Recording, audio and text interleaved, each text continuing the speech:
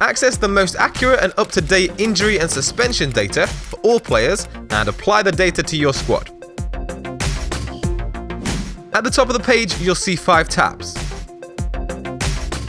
The Injured tab will show you all the players who are currently injured, and you can filter the results by name, team, yellow card count, reason, or return date. You can use the search function to easily bring up the injury information for a specific player. As well as a potential return date, you can also see which game week the player is expected to return. Click on the Suspension tab for a list of players who are currently suspended.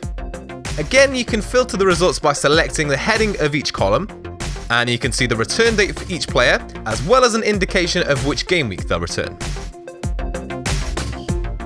The next tab is for players on the suspension tightrope, meaning players who are getting close to accumulating enough yellow cards to warrant a suspension. You can easily see the current injury and suspension data for all the players in your squad, providing you've loaded your current squad into Fix.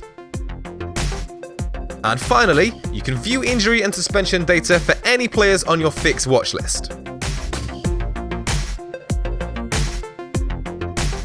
Use this feature to identify the latest player injuries and potential approaching suspensions to make informed decisions for future squad management.